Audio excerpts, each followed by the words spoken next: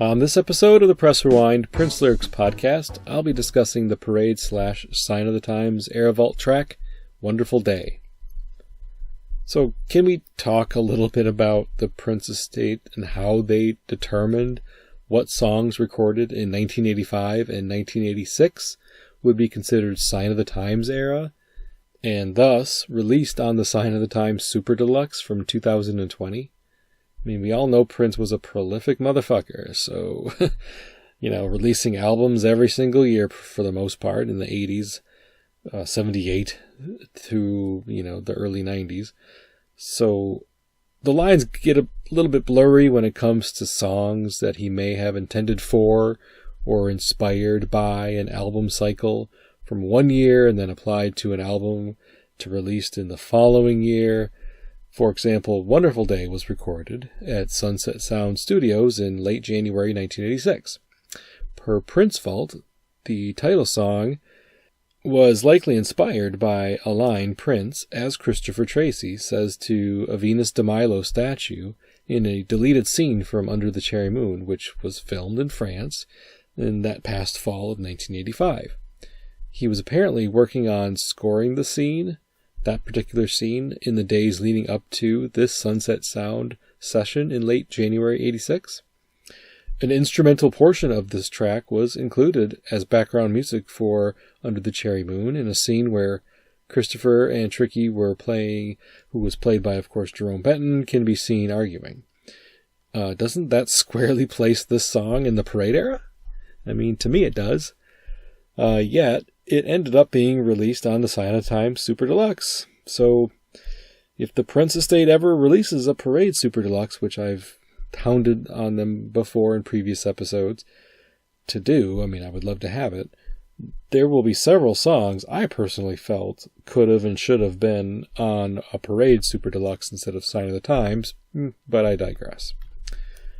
There's also a 12 mix of this track on the Sign of the Times Super Deluxe, where Wendy and Lisa's vocals can be better heard. So, there's some differences in lyrics between the two, because one is extended, so they had to add more lyrics, and then there's the shorter original Prince version. I think I'm just going to stick to the shorter original Prince version for this episode. The other lyrics added to the 12-inch mix don't really change anything in terms of the meaning of the song or its intention or how it can be perceived.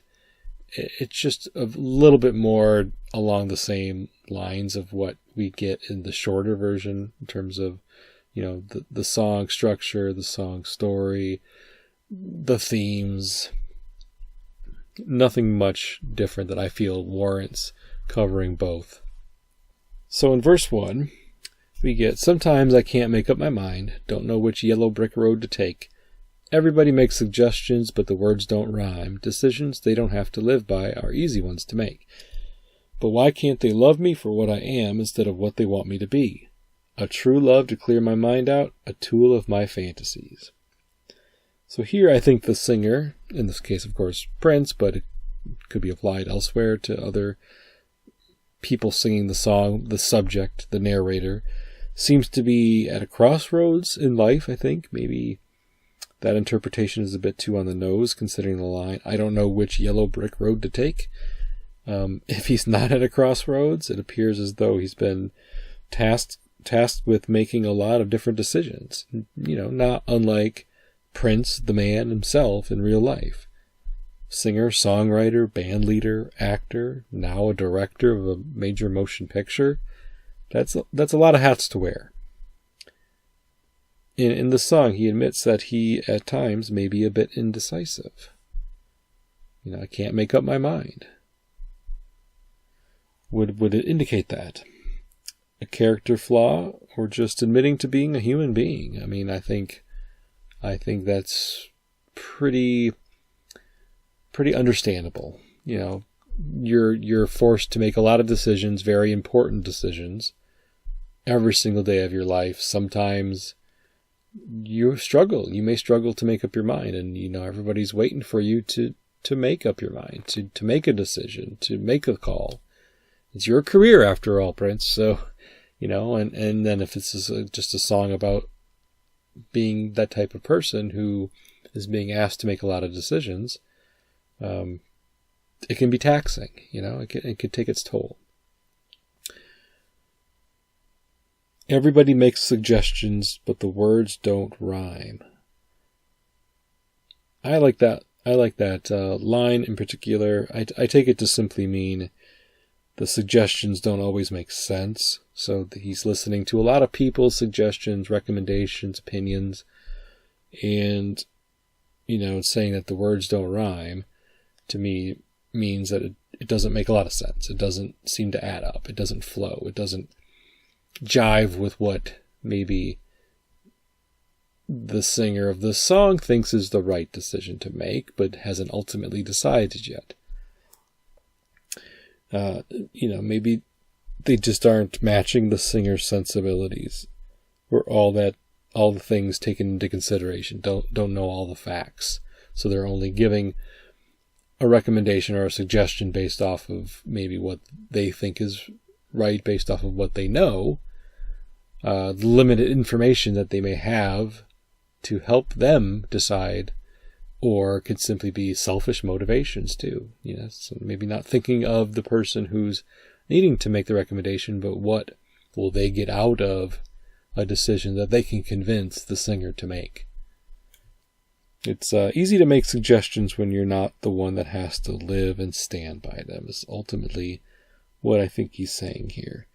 Does he feel a bit pressured to perform, or to be a certain way, to act a certain way? And this is what's causing the singer's angst? Possibly. That's one interpretation of the song for sure, at least in the verse. The chorus is very simple. It's a wonderful day, baby. Tonight, it'll be a wonderful night. Which has, I think some callbacks or call forwards in this case to It's Going to Be a Beautiful Night, which would be recorded a bit later and then ultimately end up on Sign of the Times, where this did not end up on Parade or Sign of the Times. The original releases of those albums in the 80s. But that chorus does certainly sound like it could be, the precursor to It's Going to Be a Beautiful Night. It's a wonderful day, baby. It's going to be a beautiful night. It's going to be a wonderful night. Maybe that phrase, it's a wonderful day, but tonight will be a wonderful night, may make an attempt to provide some clarity or perspective.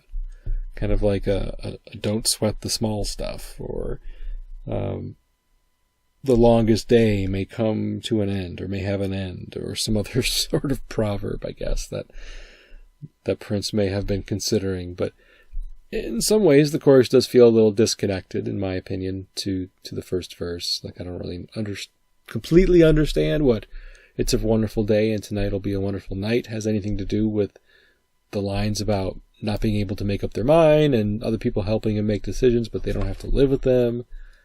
So just, again, trying to say that they should just let bygones be bygones, and may the chips fall as they may, and all, like I said, all these other cliches.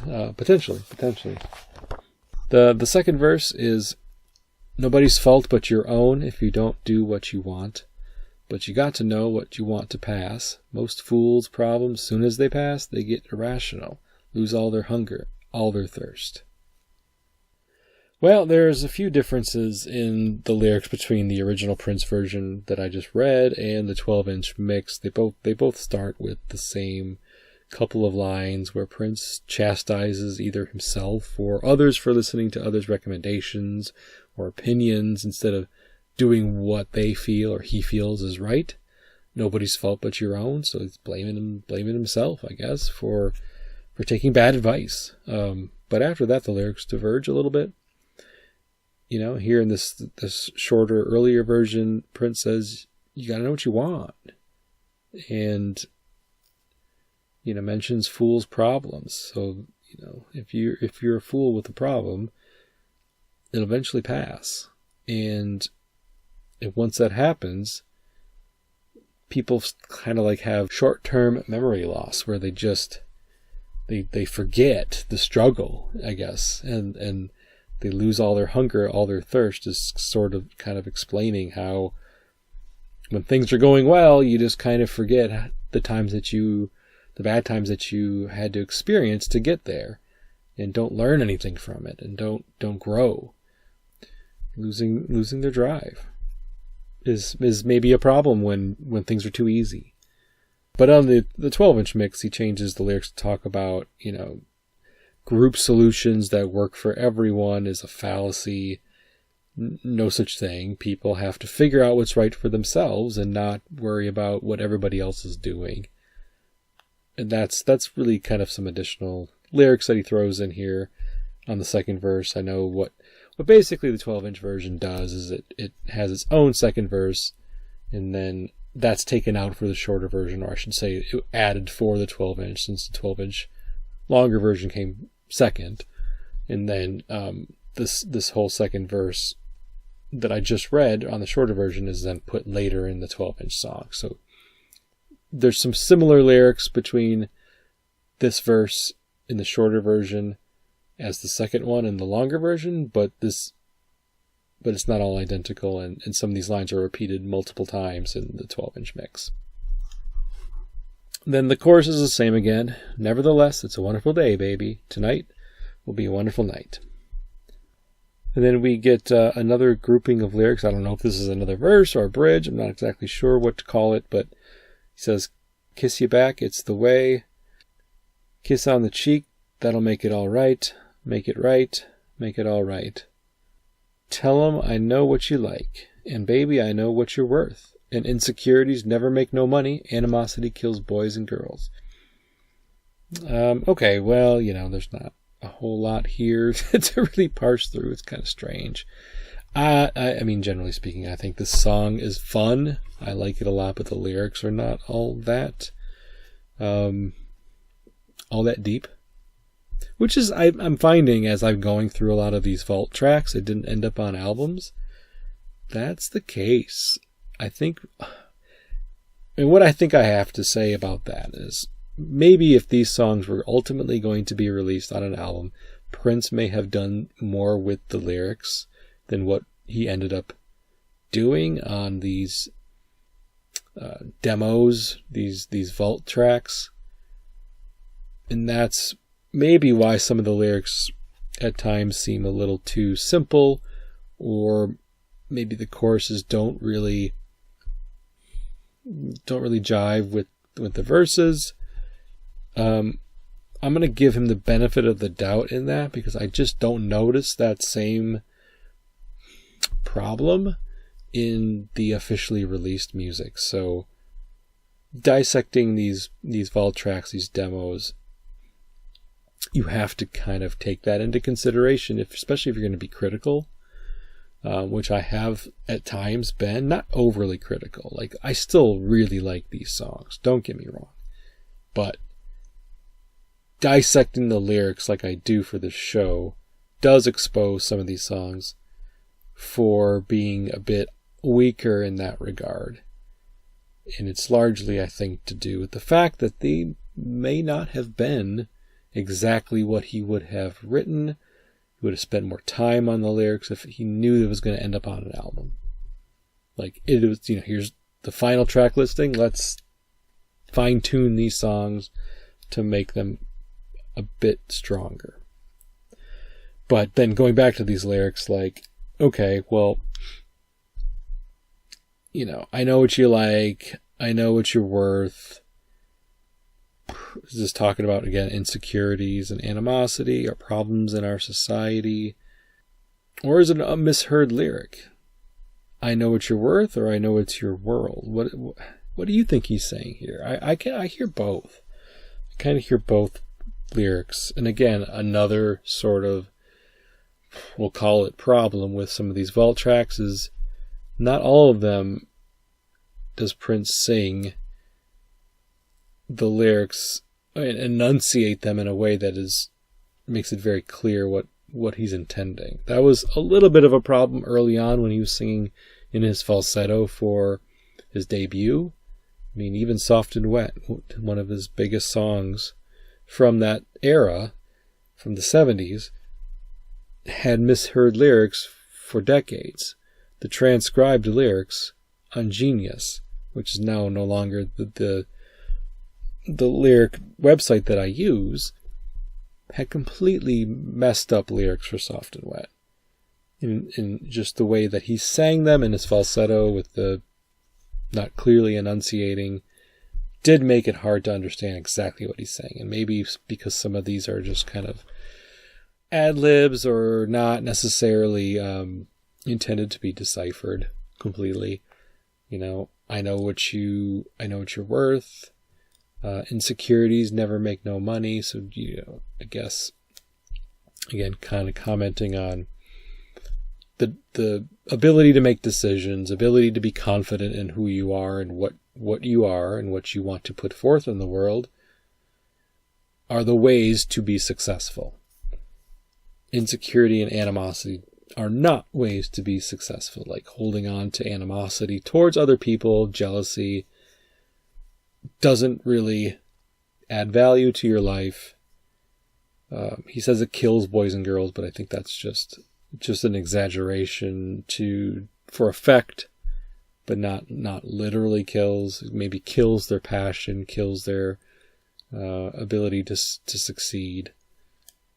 So these are bad things, you know. Like, I don't think that there's too much to be overanalyzed again about the lyrics towards the end of the song. It's really hard for me at times to understand what he's trying to say here.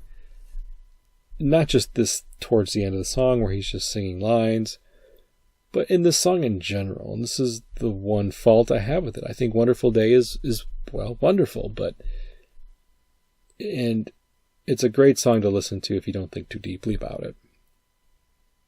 The disconnect between the verses and the chorus is a bit more glaring when you dissect them like I'm doing now. But let's find out what the Parade and Sign of the Times studio sessions book have to say about this song. So in this entry dated from January 30th, 1986, the songs came so fast and furious. Wonderful Day was one that we didn't spend much time on. Okay, I'm reading this for the first time, so I did not have this information when I was speaking on the song. I don't remember much about it. It was one of those that he spat out in probably less than a day, laid it down very fast. Again, I think the lyrics are what maybe suffered as a result of this really fast song recording gestation period. Sometimes that works when doves cry.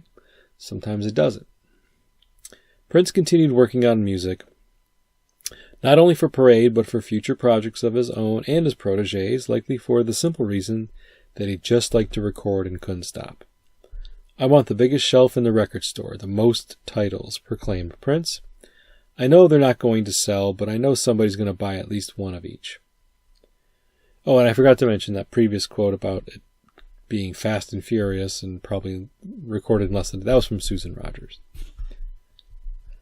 Starting at 6 p.m., Prince went back to the idea that was planted 2 days earlier when scoring the Venus de Milo scene. Inspired by that, he recorded Wonderful Day until midnight, laying down synth drums, bass, guitar, piano, and a keyboard part that sounded like a calliope. His addition of a real hi-hat cymbal gave the song a more human feeling. Understanding why Prince recorded certain songs can be difficult, but Susan Rogers explained why she felt he created this track.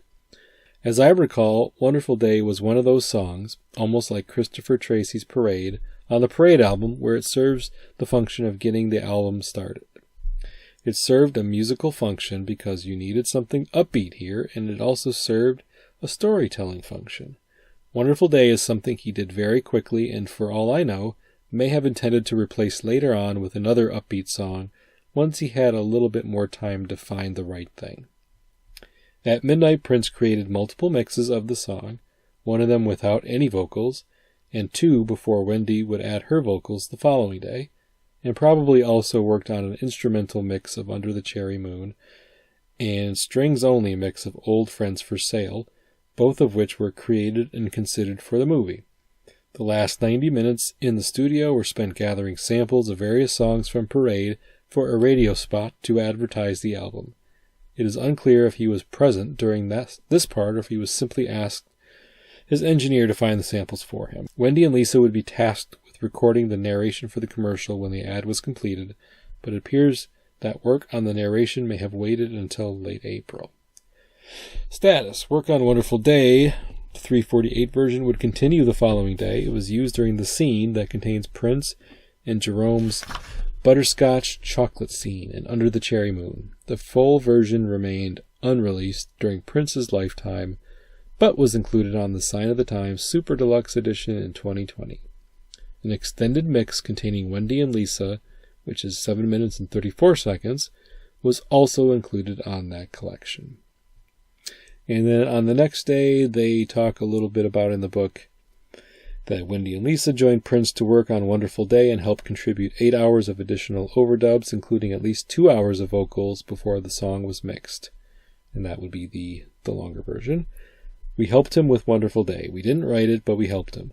I think he liked my voice, recalls Wendy. He came to us with this seed, and he said, "What are you going to do to this?" And so we helped him kind of plant his seeds, if you can think of it in terms of music. That's what we kind of offered him.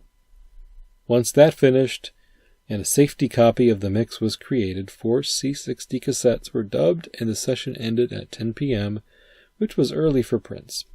He and Wendy and Lisa were flying back to Minneapolis to begin rehearsals with the Revolution, but first Prince would attend a performance by Maserati the following evening.